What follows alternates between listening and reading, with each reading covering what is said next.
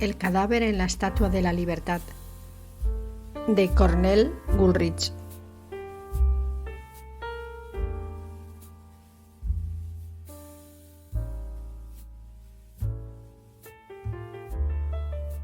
Mary-Ann se detuvo en el umbral y agitó el estropajo en mi dirección, no como gesto de amenaza, sino para apoyar su argumentación. Por esa razón sigues con los de abajo. Dentro de 10 años continuarás persiguiendo vagabundos y capturando rateros infraganti. ¿Y qué tengo que hacer?, respondí. ¿Dejarlos escapar? Giré el botón y las imágenes se extinguieron en la pantalla del televisor. En tu oficio no es lo que haces en tus horas de trabajo lo que cuenta, sino el modo como empleas tus horas libres. Televisión y cerveza, cerveza y televisión. No piensas en otra cosa en cuanto ha concluido tu jornada. ¿Por qué no buscas un modo de enriquecer el espíritu? ¿De qué manera? Visitando algún museo de cuando en cuando. Nueva York está llena de museos, bien lo sabe Dios. Contempla las obras de arte, las estatuas, lee algún libro. Sonreí. Bah, ya estuve una vez en un museo, con mi madre, cuando era niño.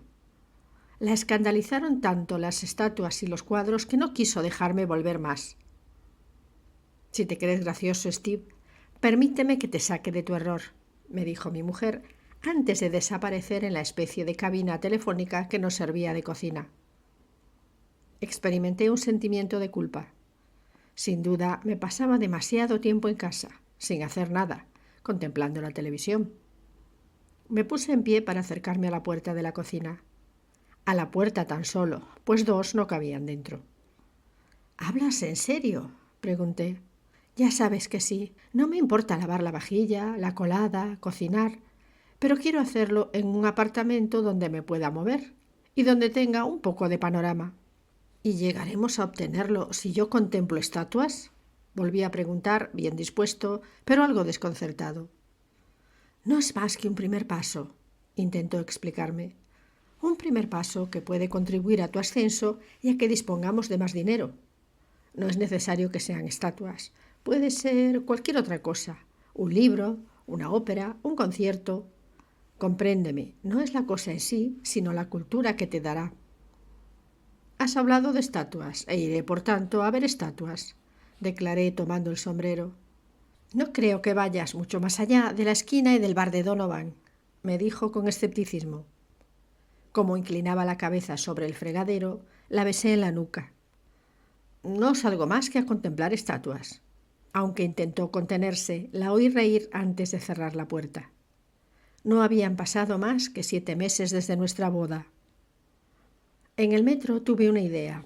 En lugar de comenzar contemplando una serie de estatuas pequeñas, ¿por qué no dar un buen golpe comenzando por una gran estatua? Con eso ganaría tiempo, e imaginaba la cara de Mary cuando al regresar le dijera: «Estarás contenta. He ido a ver una estatua, la Estatua de la Libertad, e incluso la he examinado desde todos los ángulos». Descendí en la estación de Battery Park, la más próxima a la isla, y compré un billete de ida y vuelta para Bedlow. La excursión la realizábamos cerca de una decena de turistas.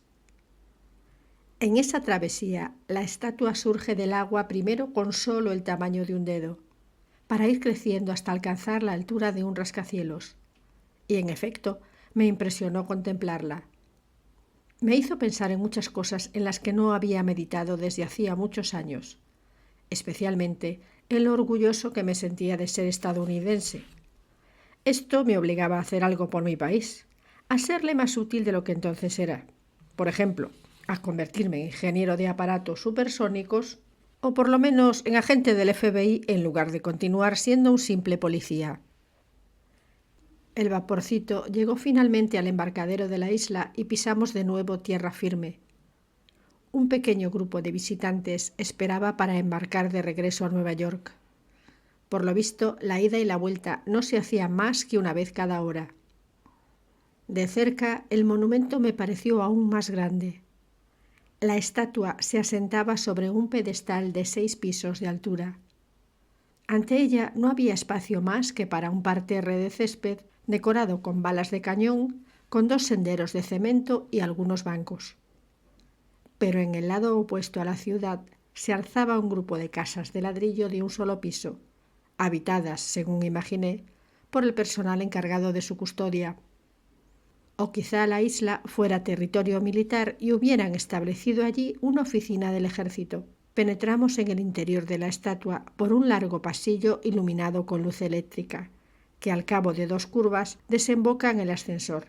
Deben subirse a pie no sé cuántos escalones dentro del cuerpo de la estatua.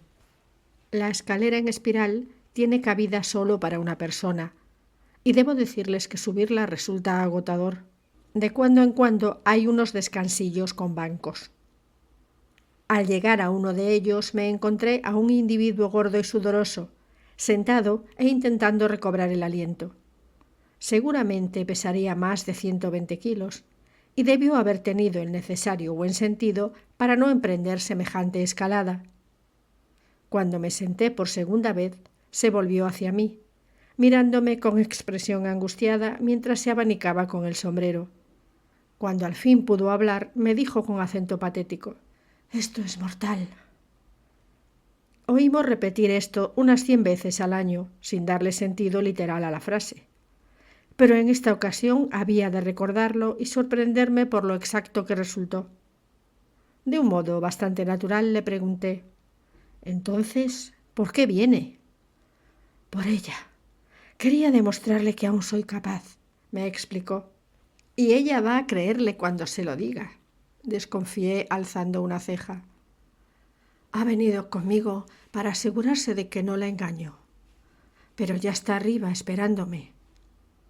Como es de suponer, fui el primero en reponerme para continuar la ascensión y, abandonando al gordo, le dije para tranquilizarle: «El descenso será mucho más cómodo». Al final de la escalera, tras cruzar una puerta giratoria, se encuentra la cabeza de la estatua. La corona o diadema que la adorna y de la que parten las enormes púas tiene una serie de ventanas en semicírculo. Me acerqué a la más próxima para asomar la cabeza al exterior. Se veía hasta muchas millas más de distancia. Todo Nueva York semejaba un juego infantil de construcciones, y cuando miré abajo, las balas de cañón sobre el césped no eran mayores que granos de pasa en un pudín. Permanecí allí un instante, dejándome llevar por el ensueño que se experimenta en un lugar como aquel. Cuando llegué, había gente en casi todas las ventanas, pero se fueron marchando hasta que solo quedó la mujer situada a mi lado. Me fijé en ella cuando me disponía a descender. Estaba escribiendo sus iniciales en el marco de la ventana. No me sorprendió, pues mucha gente lo hace al visitar un monumento o un sitio pintoresco. Los marcos de todas las ventanas estaban materialmente cubiertos de nombres, iniciales, fechas y direcciones. Aquella mujer empleaba su lápiz perfilador de cejas para escribir los suyos. Entre sus dedos relucía un pequeño anillo dorado.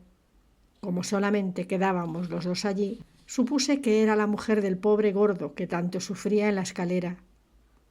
Personalmente dudaba de que él llegara a subirla por completo, pero al fin y al cabo eso me tenía sin cuidado. El vaporcito se disponía a zarpar de Battery para venir a buscarnos, por lo que, dejando sola a la mujer, comencé el descenso.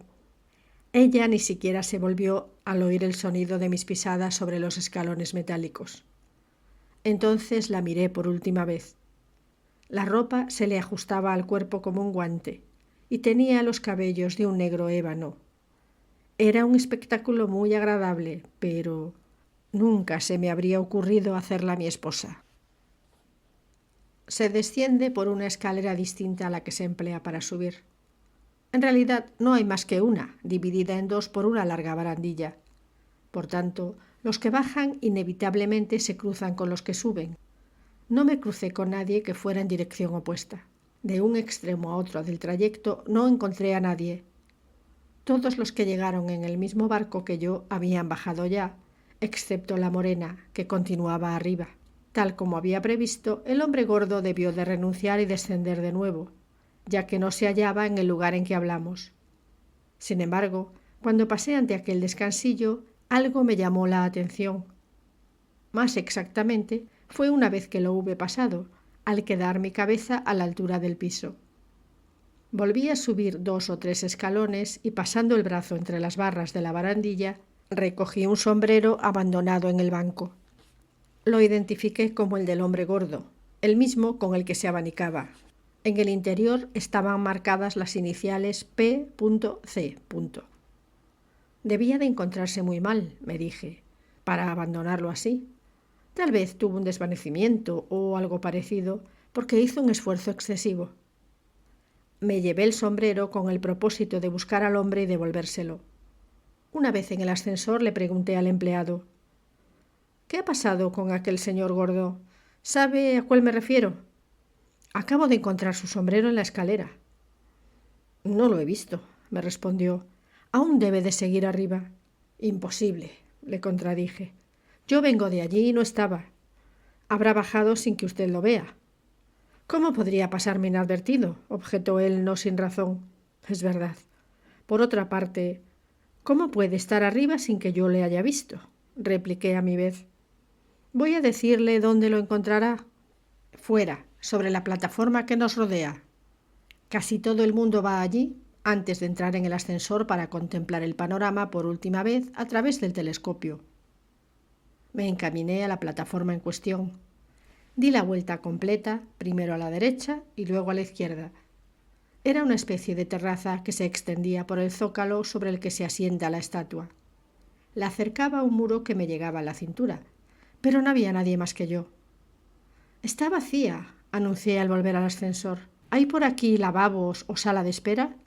«No», me dijo el ascensorista. «¿Cree que pudo descender a pie en lugar de esperarle?» «No», respondió muy seguro. «Desde que estoy aquí a nadie se lo he visto hacer.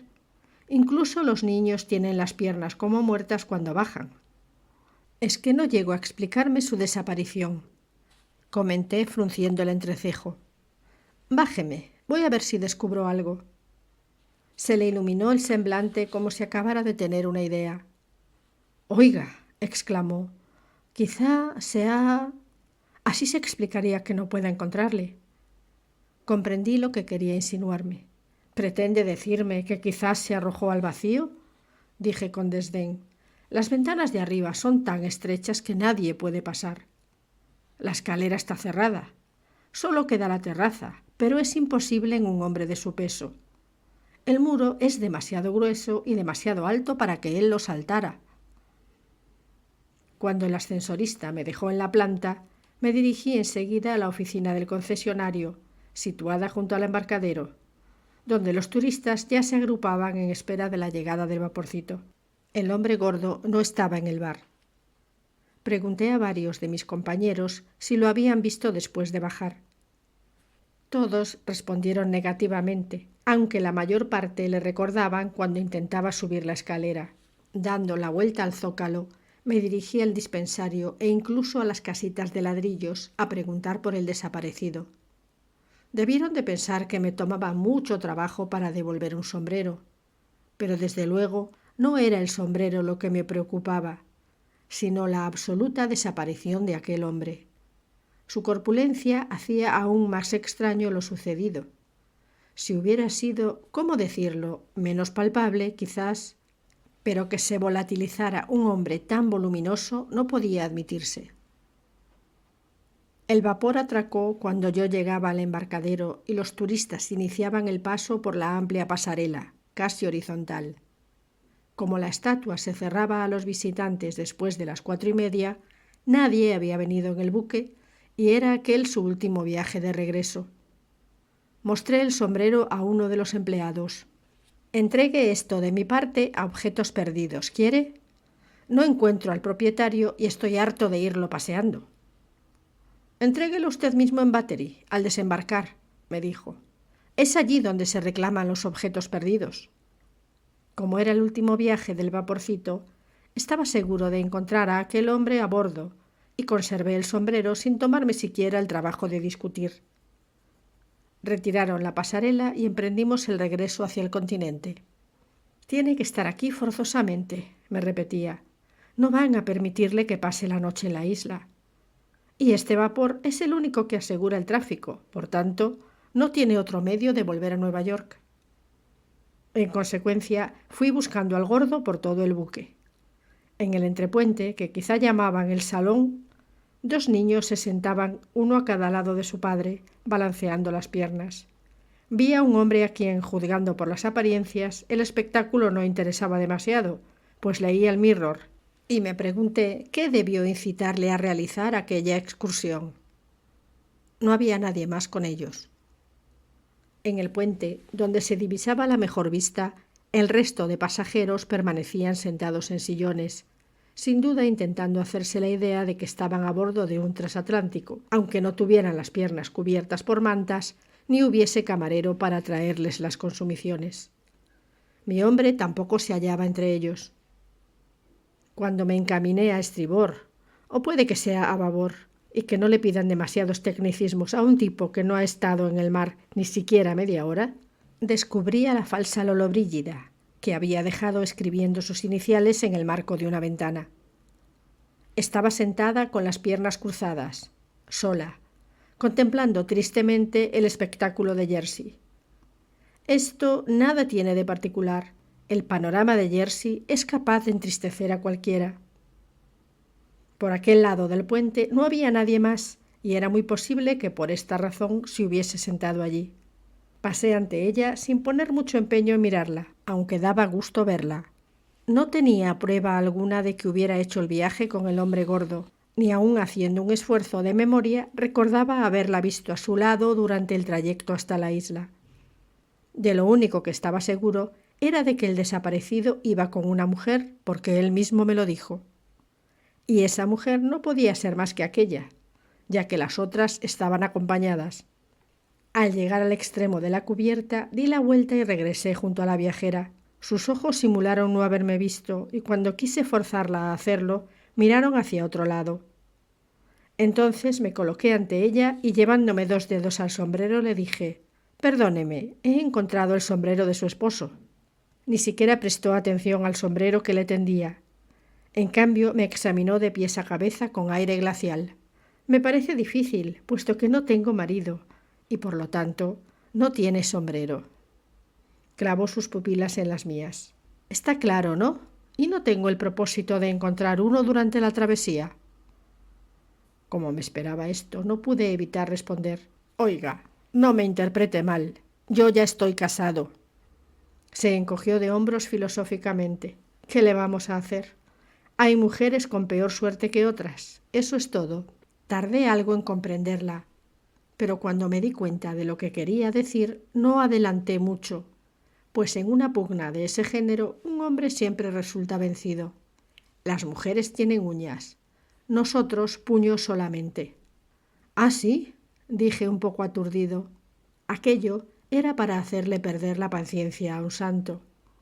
Antes el problema se componía de un hombre gordo, su esposa y un sombrero, aunque no los 3 juntos.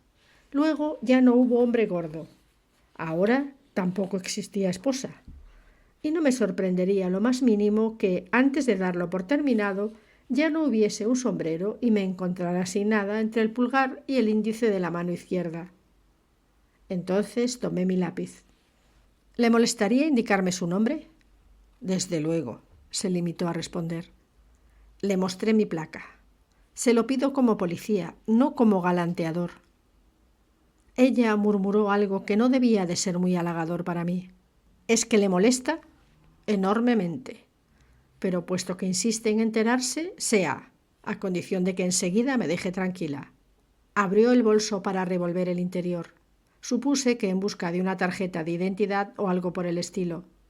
Pero reflejó su imagen en el espejito de la tapa y continuó mirándose mientras decía: «No contaba con que iban a someterme al 3er grado cuando usted se me iba acercando». «Una simple pregunta no es el 3er grado. Tenerlo cerca de mí basta para darme la impresión de un castigo», agregó amablemente. Esperé sin hacer comentarios. «Me llamo Coleman, Alice Coleman.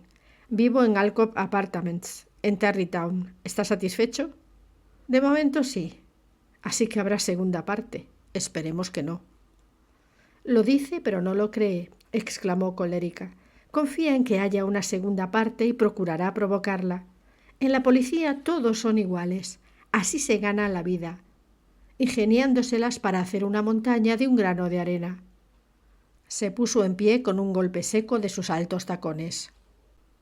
Así que usted afirma que no vio a ese hombre tan corpulento durante el viaje de ida, pregunté. ¿Cómo no iba a verlo? Me estuvo tapando la vista casi todo el tiempo. Pero, ¿por qué quiere casarme con él y además encargarme de su vestuario? Se trataba de una simple pregunta. Contesté imperturbable. Allí concluyó nuestra cordial entrevista. La mujer se alejó enseguida, como si no pudiera soportar mi presencia por más tiempo. Yo la seguí con la mirada. ¿Pero de qué podía acusarla? ¿De haber contestado de mala manera a un policía en el ejercicio de sus funciones? Cuando el barco llegó al embarcadero de South Ferry, fui a colocarme al otro extremo de la pasarela, antes que los demás, y detuve a los turistas con un ademán. «Policía, nombre y dirección, por favor. ¿Tiene documentos de identidad?» Cuando me preguntaron qué es lo que ocurre, contesté en tono tranquilizador. Es una simple formalidad. De esta forma obtuve el nombre y domicilio de todos los que hicieron el viaje conmigo, excepto los de aquel hombre que indirectamente me impulsó a realizar la investigación, porque entonces tenía la certeza de que no hizo el viaje de regreso. Y puesto que no hizo el viaje de regreso, no podía encontrarse más que en la isla o en el agua que la rodea, muerto, vivo o entre ambas cosas. La última en descender fue la vampiresa de los cabellos de noche, una vampiresa que no tenía deseos de conquistarme, pero que a pesar de todo era una vampiresa. Se detuvo y nos miramos sin ninguna simpatía. «Volverá a oír hablar de esto», me anunció en tono de mal augurio. «Se lo digo yo. Tendrá usted suerte si no es usted la primera que vuelve a oír hablar de esto. Iré a ver al capitán de esta zona», me advirtió mientras echaba a andar. «Pariente del alcalde, ¿verdad?», murmuré irónico. Mientras me guardaba en el bolsillo los datos que había reunido de la identidad de los turistas, me dirigí a la taquilla donde vendía los billetes para la travesía. Estaba ya cerrada, pero los empleados se encontraban en el interior de la caseta, dedicados a contar los ingresos de la jornada o algo parecido. Cuando llamé a la puerta del costado, debieron de creer que se trataba de un atraco, pues los vi sobresaltarse. «No teman, policía, déjenme pasar». Reconocí al muchacho que me atendió y le pregunté: «¿Recuerda usted si despachó para este último viaje, el que ha concluido ahora, a un hombre muy gordo que vestía un traje azul y sombrero marrón?» Por este lado no encontré la menor dificultad. «Seguro», rió el muchacho. «Recuerdo haber calculado incluso las posibilidades que tendría el vapor de no hundirse en tales circunstancias». «Bien. Pero ahora viene la cuestión difícil. ¿Cuántos billetes compró? ¿2 o uno solo?» El empleado hizo una mueca bastante expresiva. «Eso. Espere, deme tiempo para reflexionar. Vendo billetes durante todo el día, ¿comprende? Y...» «Lo sé muy bien, pero tengo necesidad absoluta de saberlo. Exprímase la memoria». «Recuerdo que tuve una discusión acerca de un cambio que devolví, pero no sé decirle si fue con él o con otra persona. Quien fuera, dijo que le devolví $1 de menos. Entonces le contesté: cuando yo iba a la escuela, 2 veces 35 eran 70, y 70 centavos restados de $5. Basta, gracias. Me ha dado el informe que quería», dije, separándome de él para volver enseguida al vapor. Este se encontraba aún en el embarcadero, pero se disponía a zarpar otra vez para dirigirse al lugar donde pasaba la noche. 2 brazos tatuados me cerraron el camino a mitad de la pasarela. «Hace tiempo que ha concluido el último viaje de la jornada, señor. Ahora el barco se va a dormir». Regresé a tierra. Tuve una entrevista con uno de los empleados de la compañía, que telefoneó a su superior, obtuvo el permiso y entonces me firmó una orden que me llevé a bordo.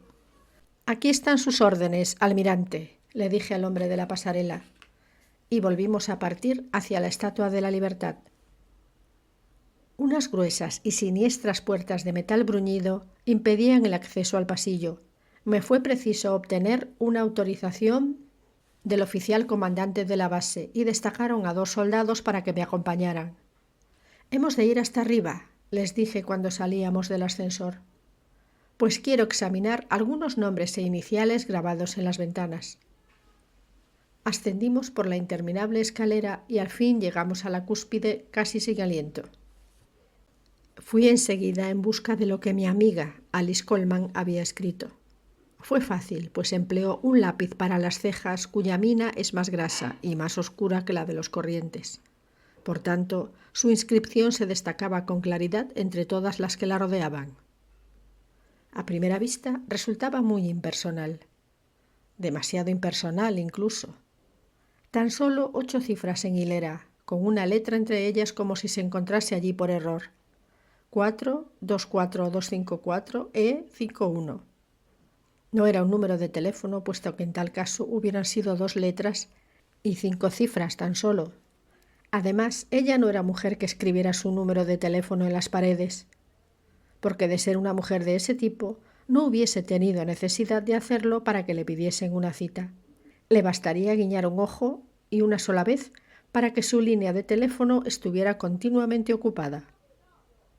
Puesto que se trataba de una especie de mensaje secreto, intenté descifrarlo. «¿Qué día es hoy?», pregunté volviéndome hacia uno de los soldados. 23, gruñó, y adiviné lo que estaba pensando. Vaya policía, ni siquiera sabe el día en que vive. Pero si le hice la pregunta fue precisamente porque sabía que estábamos a día 23. La pequeña parecía haberse equivocado de fecha. Aunque no se puede enviar a nadie a la cárcel por una equivocación así. Pero si fuera eso, me sobraban 4 seguido de un espacio, pues estábamos en agosto y 4 es abril. Aquel número no formaba parte de una fecha. «¿Piensa usted quedarse aquí mucho tiempo?», volvió a gruñir uno de mis acompañantes. Fue entonces cuando comprendí. Era la hora, las 4. Visitó aquel lugar a las 4 y quería hacérselo saber a todo el mundo. Lo demás me bastó volverlo a ver para comprenderlo. 3 cifras, una letra y otras 2 cifras. Una dirección de Nueva York, el 254 de la 51 Este. Una dirección, pero desde luego no la suya, pues recordaba la que me había dado. Entonces, una cita, sí. Eso debía de ser y lo que tomé por un error de fecha quedaba así justificado. Se trataba de una cita para el día siguiente a las 4 en el 254 de la calle 51 Este. «Eres un as», me dije a mí mismo. Luego me dirigí a los soldados. «Volvamos abajo. Quiero echarle una ojeada al banco en el que vi sentado a aquel hombre». Dieron media vuelta y empezaron a bajar precediéndome por la escalera. No nos dirigimos enseguida al banco en cuestión. Casi a medio camino entre la cima y el descansillo, donde aquel hombre se encontraba, advertí una apertura en la muralla, cerrada con una cadena de la que colgaba este letrero: «Prohibido el paso». Como es de suponer, la vi ya cuando subimos por primera vez, igual que al bajar, pero era preciso detenerse ante ella para darse cuenta de su verdadera profundidad. De otro modo, como la iluminación no llegaba, dado que la superficie de la pared era curvada, parecía tan solo un hueco que podía corresponder a un pliegue del ropaje de metal que viste la estatua. Me detuve para preguntarles a mis compañeros qué era aquella puerta. «Es una especie de ramal de la escalera que permite ir hasta el brazo que sostiene la antorcha. Pero como hoy en día el brazo presenta signos de resquebrajamiento, han prohibido el paso hasta que se hagan las oportunas reparaciones. Por dentro está cerrado». Se interrumpió de pronto. «¿A dónde va? No puede hacer eso». «Voy tan solo hasta el sitio donde dice usted que está cerrado», expliqué pasando por encima de la cadena. «Si el brazo ha resistido hasta ahora, no será una sola persona quien lo haga caer. Además, no peso tanto. Ilumínenme, ¿quieren?». Aquella escalera también era de espiral, pero apenas se subía los primeros peldaños, se topaba con una empalizada metálica. Sin embargo, la curva primera impedía que llegaran los resplandores de las linternas que los soldados enfilaban hacia mí. y a pesar de que estiraban el brazo para que llegara la luz, una gran sombra oscurecía el pie del muro. «Vengan aquí», les dije impaciente, «salten la cadena». No se movieron. «Es contrario a la ordenanza», me replicó uno de ellos, «y en el ejército se obedecen las órdenes». Descendí algunos peldaños para apoderarme de una linterna.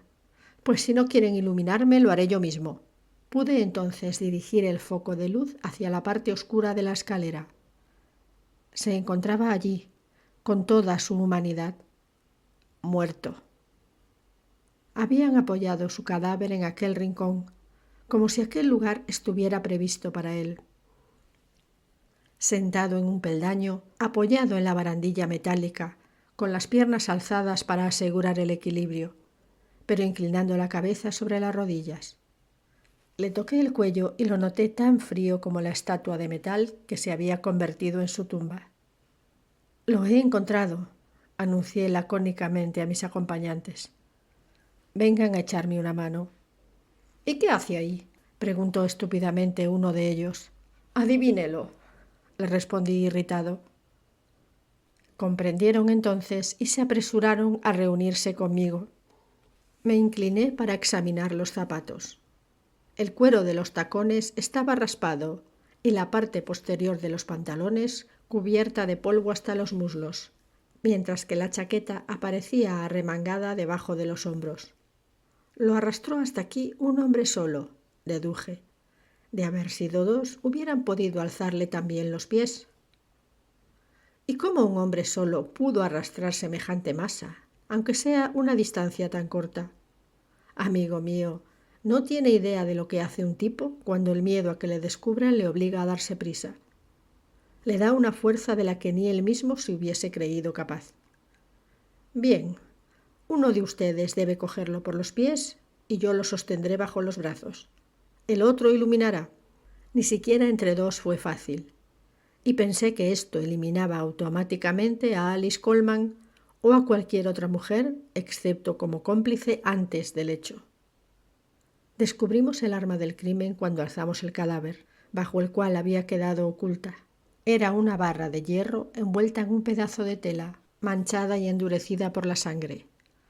La herida se encontraba a un lado de la cabeza, justo sobre la oreja. Excepto por aquel primer golpe que le asestaron con la barra de hierro, no había perdido mucha sangre. Esta le había resbalado por la piel detrás del maxilar hasta el interior del cuello de la camisa. Por esa causa no había manchas cerca del banco, en el lugar donde el ataque debió de producirse, a juzgar por el sombrero caído. Al descender para examinar el descansillo, vi los dos trazos, semejantes a dos relucientes cintas, que dejaron sus tacones al rozar el suelo. No se trataba de un crimen cometido con sutileza. El asesino llegó por la escalera, con la barra de hierro en la mano y ¡zas! Es mejor que lo bajen entre los dos. De nada sirve dejarlo aquí porque más pronto o más tarde será preciso trasladarlo. Imaginen lo contentos que se pusieron. Debían de haber perdido unos 5 kilos cada uno cuando llegaron, con su pesada carga, al pie de la escalera de caracol. Hice transportar el cadáver hasta las oficinas militares, y el oficial que estaba al mando de la base vino en persona a informarse de lo que ocurría. «¿Qué es eso?», preguntó al entrar señalando el cadáver, porque el reglamento prescribe que todo el mundo debía ponerse en pie cuando él entraba, y le sorprendía ver que alguien continuaba tendido. Como la mentalidad del ejército y la de la policía son muy distintas, le respondí escuetamente. «Un hombre asesinado, encontrado en la estatua». Lanzó un bufido semejante al ruido que hace una mecha húmeda y me miró como si me considerase responsable, preguntándome después quién era yo. Se lo dije. «¿Está usted seguro?», gruñó. Me preguntaba, naturalmente, no si estaba seguro de mi identidad, sino de que se trataba de un asesinato. «Está muerto», dije. «Por lo tanto, ya no vive. En aquel lugar no pudo hundirse el cráneo por sí mismo, por lo que otro ha debido de golpearle. Total, esto equivale a decir que lo han asesinado». Me di cuenta de que no le era nada simpático y que le hubiese gustado mucho arrestarme a 6 meses de prevención. «Caballero», me lanzó, Se encuentra usted en territorio militar, donde nada tiene que ver la policía de Nueva York. Soy yo quien ha encontrado el cadáver, le repliqué, y yo continuaré ocupándome de él. Como esta respuesta debió de hacerle estallar interiormente, decidí separarme de él y volver a la estatua. Y confiaba que sería la última vez aquel día. Recurrí a los buenos oficios del ascensorista, que me acompañó al instante hasta la escalera. Cuando llegamos a la cabeza de la estatua, saqué mi libro de notas para ver los 10 nombres que conseguí en el vapor. «Tome un lápiz», le dije luego al ascensorista, «y esta libreta. Me irá repitiendo muy despacio la lista de nombres. Cada vez que encontremos alguno en los marcos de las ventanas, táchelo. Eso es todo». «¿Para qué?», quiso saber. «Porque habrá uno de más». «En las ventanas. No, en el libro», le expliqué con paciencia digna de elogio. Un tipo que comete un asesinato no deja la firma en las proximidades del crimen. Cuando terminamos, 9 nombres estaban tachados.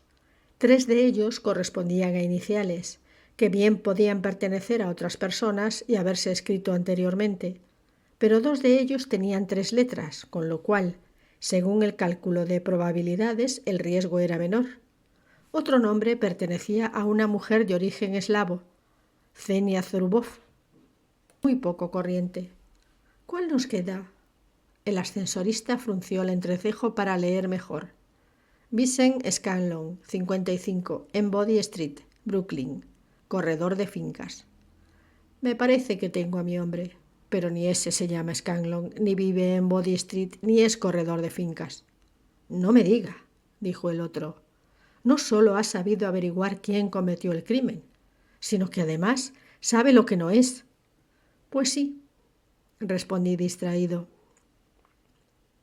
Tomé nuevamente el libro de notas e hice esfuerzos para imaginarme al tipo que dijo llamarse Scanlon. Pero fue en vano. La imagen no llegaba a precisarse, confundiéndose con la de los otros 9. «Bajemos», dije con un suspiro. «Hemos venido hasta aquí para averiguar lo que ya sabía, que uno de los 10 dio un nombre falso». El desencanto de mi compañero era visible, mientras hacía descender el ascensor muy lentamente, pero incluso a aquella velocidad de caracol me impedía reflexionar. Al fin extendí la mano diciendo: «Espere un momento». El ascensorista obedeció enseguida y me miró atentamente antes de preguntarme: «¿Qué pasa?» «Nada, pero tengo necesidad de reflexionar y lo hago mejor cuando esto no se mueve». Mi afirmación no le impresionó mucho, sin duda porque hasta entonces mis pensamientos no habían dado un resultado notable. Me estuvo observando con atención durante unos instantes, y como no me vio con un rayo saliendo de la frente como en las historietas ilustradas, se desinteresó por completo de mis elucubraciones. Cogió un periódico doblado que tenía detrás de la palanca del ascensor, lo extendió y dedicó toda su atención a la lectura. Entonces ocurrió como en las novelas. Recordé al hombre que vi en el entrepuente del vapor, aquel hombre a quien no le interesaba el paisaje porque iba leyendo el Mirror y que me hizo pensar por qué haría aquel viaje. El ascensorista me lo recordó al leer el periódico, que le ocultaba la parte inferior de su rostro. Y yo ya sabía por qué había hecho aquel hombre la excursión. Para cometer un asesinato. «Vámonos», dije repentinamente. «Ahora ya lo veo». «¿Al asesino? ¿Podría usted reconocerle?» «Seguro. Veo sus ojos, la arruga que le cruza la frente y que se acentúa cuando lee, la forma de las orejas, el modo como se corta el pelo en las sienes y la manera como se inclina el sombrero. ¿No es suficiente? Si conociera todo el rostro resultaría demasiado fácil. En nuestro oficio también hemos de trabajar un poco». Al llegar a tierra llamé por teléfono a mi esposa, pues como todos los hombres casados, temo bastante sus reacciones. Y en aquella ocasión no me equivocaba. «Supongo que te habrás entretenido con alguna estatua enferma». «No, Merian, pero...» «Eran las 2 de la tarde cuando saliste de casa. Por tanto, ahora puedes quedarte donde estés. No vuelvas por aquí, ¿me oyes?» Y colgó con tanta fuerza que me hizo daño en el oído. Tras esta escaramuza conyugal, detuve un taxi y me hice conducir a la 51 East Street. Una vez allí, llamé en los cristales y abandoné el vehículo para continuar el camino a pie por el lado de los números impares. No había recorrido aún 100 yardas contemplando la acera opuesta cuando lo comprendí todo. El 254 era la estación de autobuses. Estaba muy claro. Procuraron con cuidado mantenerse alejados uno del otro en el barco, tanto en el viaje de ida como en el de vuelta, y siguieron ignorándose una vez en tierra firme. Y según la inscripción que descubrí, era en aquel sitio donde debían reunirse a la hora indicada. Le pregunté al hombre que se encontraba detrás de la taquilla qué viaje había señalado para las 4. ¿Hacia dónde? Eso es justamente lo que quisiera saber, le expliqué pacientemente. ¿Hacia dónde hay una salida a las 4? ¿Las 4 de la mañana o las 4 de la tarde? Preguntó con tono aburrido. La estatua había olvidado darme ese dato. Las 4 de la mañana, respondí, puesto que era la hora más próxima. Pero no me indiqué más que las grandes líneas. A Boston y a Filadelfia. El sospechoso llegó a las 3:30. A las 3:25, para ser exactos. Pero ella aún no se había presentado. Me sentaba en la última hilera de asientos, en la sala de espera, de espaldas contra la pared, de modo que nadie pudiera colocarse detrás de mí. Simulaba dormir, cosa frecuente en las salas de espera, sobre todo a aquella hora. Me había recostado en mi asiento con el ala del sombrero casi hasta el cuello de la chaqueta, que previamente levanté. Entre ambos quedaba un espacio por el que podía ver. Sin duda, el sospechoso ya tenía los billetes. Se acomodó en la primera fila, cerca de la puerta, para poder salir huyendo si fuera necesario. Una vez sentado, inspeccionó atentamente la sala, mirando a todo el mundo, incluso a mí, pero no me prestó mucha atención, pues yo parecía dormir profundamente. Un hombre le devolvió la mirada, cosa que pareció inquietarle. Luego llegó la mujer de ese hombre con un niño en brazos y comenzaron a discutir acaloradamente. Y el sospechoso se tranquilizó. Cambió entonces de sitio, retrocediendo varias hileras para pasar más inadvertido, y de nuevo recurrió al truco de un periódico ante la cara, pero esta vez ya era demasiado tarde. El reloj marcaba ya las 4:10. Quiero advertirles de que yo no me estaba divirtiendo. Una de las cosas más difíciles que conozco es permanecer inmóvil y distendido cuando se está nervioso y dispuesto a la acción. Pero él no parecía sentirse mejor que yo. Bastaba mirarle para comprenderlo. Incluso desde donde yo me encontraba advertía cómo le temblaba el periódico entre las manos. Hubiera podido prenderlo con la misma facilidad con que se agarra un conejo por las orejas. Pero él solo no me bastaba.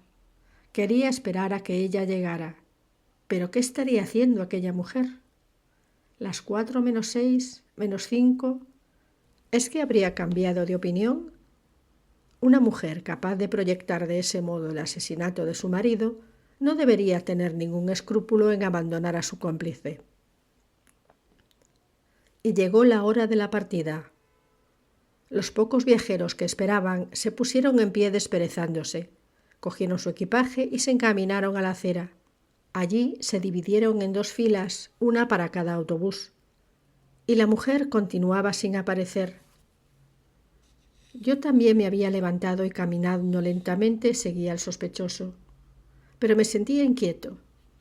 Alguien más hubiera debido acompañarme en este asunto. Le vi apoyar el pie en el estribo del autobús y esperar con la rodilla alzada a que entrase la persona que le precedía. Era el autobús de Boston. Me coloqué a mi vez en la fila a 4 viajeros de distancia. El hombre subió al vehículo y vi cómo cruzaba el pasillo central para ir a sentarse al fondo. De la puerta aún me separaban 2 personas. Luego solo una. Debía tomar rápidamente una decisión. Y entonces cometí una equivocación. Puede que a primera vista parezca razonable, pero no es así. Pensé que quizá ella se encontrara en el autobús de Filadelfia. Era posible que hubiera subido allí por error sin que yo la viese, preocupado en vigilarle a él. Abandoné la fila en el preciso instante en que me llegaba el turno y me fui al otro autobús. La mujer no se encontraba allí, y mi error fue alejarme tanto del primer autobús. De él me separaban entonces otros 2 autobuses vacíos y cerrados, tras los cuales había, además, un espacio equivalente a la longitud de un vehículo.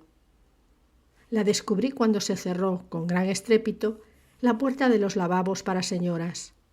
Pero Alice Colman me llevaba ya mucha ventaja, por lo menos la mitad de la distancia que me separaba del coche de Boston. Debió de permanecer durante varias horas oculta en aquel sitio, seguramente desde antes de que llegara su cómplice. ¿Dónde iba a encontrarse más segura para esperar la hora de la partida? Me lancé en su persecución, aun dándome cuenta de que no podría detenerla antes de que saliera el autobús. ¿Han visto alguna vez correr a una mujer? Estoy seguro, así como de que eso les divierte mucho. Yo también las he visto. Corren dando pasos muy pequeños y balanceando las caderas. Pero ni ustedes ni yo hasta aquel momento han visto correr a una que se juega la vida y la libertad. Aquella huía como una centella. Sabía a dónde iba y a pesar de sus altos tacones, se lanzó hacia allí con toda rapidez. Había calculado su tiempo al cuarto de segundo. Llegó justo para deslizarse por la puerta que ya estaba a medio cerrar. De haber pesado 2 kilos más no hubiera pasado. Si se hubiera retrasado tan solo 10 segundos, yo hubiese subido en el autobús tras ella. Perdí bastante tiempo golpeando la puerta mientras el vehículo se ponía en marcha. El chófer me gritó algo así como: «Es demasiado tarde, puede tomar el siguiente, tengo que cumplir con el horario». Eso imaginé, por lo menos, pues a través del cristal no oí nada y solo le veía mover la boca. La ventana más próxima a mí se hallaba abierta a medias para ventilar el interior. La siguiente estaba cerrada, pero tras ella había un hombre, y un hombre es siempre más útil en estos casos que una mujer.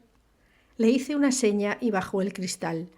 Alcé los brazos hacia él y tiró de mí con todas sus fuerzas. Me encontré con la cabeza y un hombro dentro del vehículo. Luego pasó el otro hombro. No me quedaban fuera más que las piernas, y era necesario que siguieran al resto del cuerpo. «¡Detengan el coche!», grité entonces. «Frenaré», respondió el chófer, «porque no quiero que se rompa la cabeza. Pero si no es más que un truco para impedirme la salida, voy a entregarle al poli más próximo». «Entonces me entregará usted a mí mismo», respondí avanzando por el pasillo, «pues el poli más próximo soy yo». «¿Por qué le interesaba que muriese?», le pregunté a la mujer al interrogarla en la jefatura de policía. «Su cómplice no es un Romeo». Se sentía demasiado cansada y abatida tras la tensión que tuvo que soportar para intentar engañarme. Con frecuencia, las mujeres a las que detenemos se muestran así, al principio. «¿Por qué me interesaba?», repitió ella en tono desdeñoso, aceptando el cigarrillo que yo le ofrecía. «Bromea. ¿Le hubiese agradado a usted verse sujeto a un tipo que pesaba casi 150 kilos y que no podía descalzarse solo? Pero era rico, ¿verdad?». No me contestó, pero su modo de fruncir las cejas fue más que suficiente. «Y apuesto a que todo su capital estaba en el banco a nombre de usted». Tampoco me contestó, pero en realidad no era necesario. «No hables, Alice», le dijo su cómplice. «No tienes nada contra nosotros». «Exacto», convine yo amablemente. «Al principio es así con frecuencia, pero puede apostar a que esto no durará mucho». Sin embargo, Alice no parecía preocupada. «De todos modos, voy a ganar», dijo expeliendo el humo por las narices. «Aunque me larguen una condena, no por eso dejaré de haberme librado de él y de tener el dinero». Se equivocaba. Yo hubiera podido explicárselo, pero eso nos habría llevado a discutir acerca de moral e inmoralidad, que no era cosa mía. Al fin y al cabo, no soy más que un policía. Además, deseaba volver a casa. Y como supondrán, llegué en pleno drama. «Vengo de liquidar un asunto», le advertí a Mary Ann para empezar a calmarla. «Liquidar es la palabra más apropiada», me respondió ella. «Para que durase tanto, sin duda te habrás emborrachado de cerveza». Al final todo se aclaró y nos encontramos con las mejillas unidas. Entonces suspiré y dije con malicia: «Me gustaría ir a Egipto». Mi mujer se sobresaltó y se apartó de mí. «¿Por qué Egipto?» «Porque si las estatuas pueden ayudarme en mi trabajo, y debo reconocer que hoy he tenido una prueba gracias a ti, imagina cuánto ascendería allí, porque en cuestión de estatuas tienen la más antigua de todas, la Esfinge,